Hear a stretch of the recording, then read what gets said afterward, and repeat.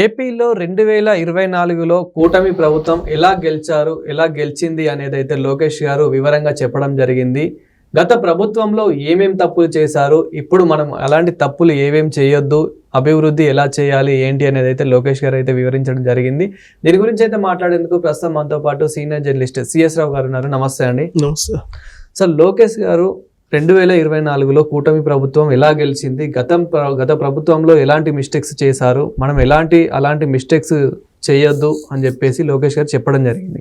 దీని గురించి మీరేమంటారు? ఇప్పుడు 2024 ఫలితాలు వచ్చిన తర్వాత నేను కొంతమందితోటి జనరల్గా మాట్లాడతాం కదా, అసలు ఏ అంశాలు బాగా పనిచేసాయి తెలుగుదేశం పార్టీ గెలవడానికి, కూటమి గెలవడానికి అని అన్నప్పుడు, లేదు తెలుగుదేశం పార్టీ గెలవలేదు, కూటమి గెలవలేదు, జగన్ ఓడాడని చెప్పారు కొంతమంది. అదేంటి అని అడిగా. అవును, జగన్మోహన్ రెడ్డి మీద ఉన్నటువంటి వ్యతిరేకం కారణంగానే తెలుగుదేశం పార్టీ కూటమి అధికారంలోకి వచ్చింది. ఆ విషయాన్ని కూటమి గుర్తించాలి, అది గుర్తుపెట్టుకొని పరిపాలన సాగించాలి అని చెప్పారు కొంతమంది నా రాజకీయ విశ్లేషకులు నేను ఇంటర్వ్యూలు చేసినప్పుడు. అందుకే లోకేష్ గారు కబ్ అనేది ఒకటి పెట్టాడు. అంటే కబ్ అంటే cluster unit booth. Cub cluster unit booth. ఈ సిస్టమ్ ద్వారా ఆర్గనైజ్ సంస్థాగతంగా చేసి పార్టీని బలోపేతం చేయాలి. పార్టీని బలోపేతం చేసి 2029 ఎన్నికల్లో మళ్ళీ అధికారంలో రావాలి అనేది ఆయన కాన్సెప్ట్. ఇప్పుడు 2024లో ఎలా వచ్చాము అని అంటే ఆయన ఒకటే చెప్పారు, ఒకే ఒక మాటలో, జగన్మోహన్ రెడ్డి అహం ఏదైతే ఉందో ఆ అహం కారణంగానే కూటమి అధికారంలోకి వచ్చింది. కాబట్టి అలాంటి అహాన్ని మనం ప్రదర్శించకూడదు. అధికారంలోకి వచ్చాం కదా అని చెప్పి అహం ప్రదర్శించకండి, ప్రజల ముందు ప్రదర్శించకండి, కార్యకర్తల ముందు ప్రదర్శించకండి. ఆ అహమే జగన్మోహన్ రెడ్డి గారిని ఓడించి కింద కూర్చోబెట్టింది, 11 స్థానాలు పరిమితం చేసింది. కాబట్టి చాలా జాగ్రత్తగా ఉండాలి, మీరు అహాన్ని ప్రదర్శించొద్దు అని చెప్పి విస్తృత సమావేశంలో తెలుగుదేశం పార్టీ జాతీయ ప్రధాన కార్యదర్శి లోకేష్ గారు ఇచ్చినటువంటి సందేశం. అంటే ఎందుకు గెలిచాము, 2029 ఎన్నికల్లో మళ్ళా మనం గెలవడానికి ఏం చేయాలి అనే దాని మీద ఆయన చాలా స్పష్టంగా ఒక గైడెన్స్ ఇచ్చారు పార్టీ విస్తృత సమావేశంలో, క్యాడర్కి కానీ లీడర్లకు కానీ. 2019 నుంచి 2024 మధ్యలో జగన్మోహన్ రెడ్డి గారు ఏం చేశారు అని అంటే, ఆయన అధికారంలోకి రావడంతో డే 1 ప్రజావేదికను కూల్చేశారు. ప్రజావేదిక 9 కోట్లు పెట్టి నిర్మించింది గత ప్రభుత్వం. అంటే 2014 నుంచి 2019 వరకు ఉన్నటువంటి చంద్రబాబు గారి ప్రభుత్వం నిర్మించింది. దాన్ని జగన్మోహన్ రెడ్డి గారు 2019లో అధికారం రాగానే కూల్చివేశారు. మరి ఆ 9 కోట్ల రూపాయలు పెట్టి కట్టించినటువంటి అది కూల్చినందువల్ల ఎవరికి నష్టం? చంద్రబాబు గారికి నష్టమా, లేకపోతే జగన్మోహన్ రెడ్డి గారికి నష్టమా? ఎవరికి నష్టం? ప్రజలకు నష్టం. ప్రజల సంపద, ప్రజల ఆస్తి, ప్రజలు పన్నులు కడితే వచ్చినటువంటి అమౌంట్ జగన్మోహన్ రెడ్డి గారి జేబులో నుంచి అలాగే చంద్రబాబు గారి జేబులో నుంచి తీయరు. వాళ్ళు వాడేటువంటి ప్రతి పైసా, వాళ్ళు ఉపయోగిస్తున్నటువంటి ప్రతి కారు, డీజిలు, ప్రతి వస్తువు అది ప్రజలది. ప్రజలు ఇచ్చినటువంటి సొమ్ము, ఆ ప్రజలు ఇచ్చినటువంటి సొమ్ముతోటి జీతం తీసుకుంటూ మేము ప్రజాసేవ చేస్తామని చెప్పి మీరు అధికారంలోకి వచ్చారు.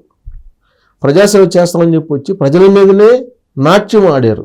ఎవరు? 2019 నుంచి 2024 వరకు జగన్మోహన్ రెడ్డి గారు. ఏ స్థాయిలో నాట్యం ఆడారు అని అంటే, ఆయన తాడేపల్లి నుంచి అడుగు పెట్టకుండా, ఒకవేళ తాడేపల్లి నుంచి బయటికి పోవాలంటే హెలికాప్టర్లో వెళ్ళేవాళ్ళు. హెలికాప్టర్లో వెళ్ళేటప్పుడు కింద ట్రాఫిక్ కంట్రోల్ చేసేవాళ్ళు. ఇలాంటి సంఘటనలు చాలా జరిగాయి. అవును, దాన్నే అహం అని పోల్చారు లోకేష్ గారు. తర్వాత ఆయన ఎక్కడికి వెళ్తే ఆ రోజు స్కూల్స్ సెలవు, కాలేజీలకి సెలవు, రోడ్లకి ఇరువైపులా ఉండేటువంటి చెట్లు నరికేసి పరదాలు కట్టేవాళ్ళు. చెట్లు నరికేసేవాళ్ళు. ఆకాశ మార్గంలో వెళ్ళేటువంటి వాళ్ళకి కింద చెట్లు ఏమంటే వస్తాయి? పోనీ చెట్లు నరికేశారు.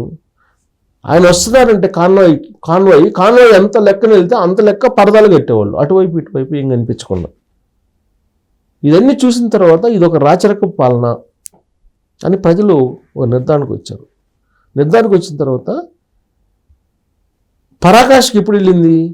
జగన్మోహన్ రెడ్డి గారి యొక్క రాచరికపు ఆలోచన పరాకాష్కి ఎప్పుడు వెళ్ళింది అని అంటే ల్యాండ్ టైటిలింగ్ యాక్ట్ తీసుకొచ్చారు. ల్యాండ్ టైటిలింగ్ యాక్ట్ తీసుకొచ్చి ఏం చేశారు? ఆయన ప్రతి పాస్ పుస్తకం మీద ఆయన బొమ్మ ఉండాలన్నారు.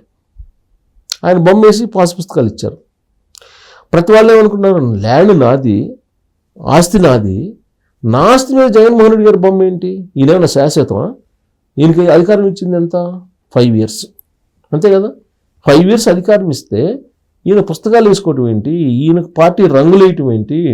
ప్రభుత్వాల ఆస్తుల మీద, ప్రభుత్వ కార్యాలయాల మీద కొన్ని వేల కోట్ల రూపాయలు దుర్వినియోగం చేయటం ఏంటి? పిల్లలకి స్కూల్ బ్యాగ్స్ ఇస్తే స్కూల్ బ్యాగ్ మీద ఫోటో వేస్తుంది, పుస్తకాలు ఇస్తే పుస్తకాల మీద నీ ఫోటో కావాలంటే. ఆడుదాం కార్యక్రమం పెట్టి కిట్లు ఇచ్చారు, క్రికెట్ కిట్లు. ఆ క్రికెట్ కిట్లలో గార్డు లోపల పెట్టుకునే గార్డు కూడా జగన్మోహన్ రెడ్డి గారు బొమ్మ వేసి ఇచ్చారు. ఇది ఆ అసెంబ్లీలో బుచ్చి చౌదరి గారు మాట్లాడారు, ఈ విషయం కూడా చెప్పారు. ఇది నిజమే, అది గార్డు కూడా వేసారు. తర్వాత ఆ సమయంలో నేను ఒకసారి తిరుపతి వెళ్ళాను. 360 degrees యాంగిల్లో ఎక్కడ చూసినా ఆయన హోర్డింగులు తప్ప రెండోది కనపడేవి కాదు. ఆయన పార్టీకి సంబంధించిన రంగులు. ఇవన్నీ చూసిన తర్వాత తలకెక్కింది ఇతనికి, అధికారం తలకెక్కింది, అహం ఎక్కువైంది అనేటువంటి ఉద్దేశానికి, అలాంటి అభిప్రాయానికి ప్రజలు వచ్చారు. అందుకే కూటమికి ఇన్ని స్థానాలు ఇచ్చారనేది లోకేష్ గారు ఎక్స్ప్లెయిన్ చేశారు.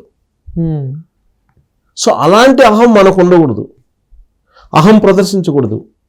అహం ప్రదర్శించాలంటే మీరు ఎన్ని సంక్షేమ పథకాలు చేసినా, ఎంత అభివృద్ధి చేసినా మళ్ళీ అధికారంలో రావడం కష్టము. మీరు సంక్షేమ పథకాలు ఇస్తున్నారు, పెన్షన్లు ఇస్తున్నారు, లేదంటే సిలిండర్లు ఇస్తున్నారు, లేదంటే తల్లికి వందనం ఇస్తున్నారు, అన్నదాత సుఖీభావ ఇస్తున్నారు, ఆగస్టు 15 నుంచి ఫ్రీ బస్సు ఇస్తున్నారు, అమరావతి కడుతున్నారు, విశాఖపట్నం ఇదిగా రైల్వే జోన్ వస్తుంది, పోలవరం పూర్తవుతుంది, క్వాంటమ్ ర్యాలీ పెడుతున్నారు. ఇవన్నీ ఎన్నన్నా పెట్టండి. మీరు అహంకారపూర్తిగా మీరు ప్రజలతోటి వ్యవహరిస్తే ప్రజలు తిరగబడతారు, ప్రజలు గెలిపించరు. కాబట్టి మనం గెలవడానికి 2024లో ఒక్క జగన్మోహన్ రెడ్డి గారి ఈ అహమే దెబ్బతీసింది వైఎస్ఆర్ కాంగ్రెస్ పార్టీని. 164 సీట్లు కూటమి రావడానికి కారణం అతని అహమేను అని చెప్పారు. సో కాబట్టి రాబోయే 2029 ఎన్నికలకు అలాంటి అహం లేకుండా పనిచేయండి అనేది ఒకటి. ఎలా పనిచేసి గెలవాలి మనం అని అంటే క్లస్టర్, యూనిట్, బూత్. ఈ సిస్టమ్ని క్లస్టర్ కింద యూనిట్ తర్వాత బూత్ లెవెల్లో ఎలా సంస్థాగతంగా పార్టీని మనం బిల్డప్ చేసుకున్నాం. దాదాపు 80% అయిపోయింది ఈ సిస్టమ్ ద్వారా. మిగతా 20% కూడా కావాలి. ఈ సిస్టమ్ ద్వారా ప్రజలకి సేవ చేయటానికి మీరు వెళ్ళాలి. సేవ చేసేటువంటి సేవకులుగా మీరు కనిపించాలి తప్పితే ప్రజల ముందు మీరు కనుక ఏమాత్రం ఓవర్ యాక్షన్ చేసినా కానీ అది బూమరాంగ్ అవుతుంది అని చెప్పి ఒక డైరెక్షన్ లోకేష్ గారు ఇవ్వడం జరిగింది. దీని ద్వారా ఏమర్థం అవుతుంది? కూటమి బలం కన్నా కూడా జగన్మోహన్ రెడ్డి గారి అహమే ఆయన పతనానికి కారణమైంది అని చెప్తూ కూటమి బలం కంటే కూడా ఆయన మీద వ్యతిరేకం కారణంగా మనం అధికారంలోకి వచ్చాము అని చెప్పారు. కాబట్టి అహం అనేది తగ్గించుకోండి, అహం అనేది అసలు ఎక్కడా ప్రదర్శించొద్దు అని చెప్పి ఆయన తీసుకున్నటువంటి క్లాస్. Thank you sir.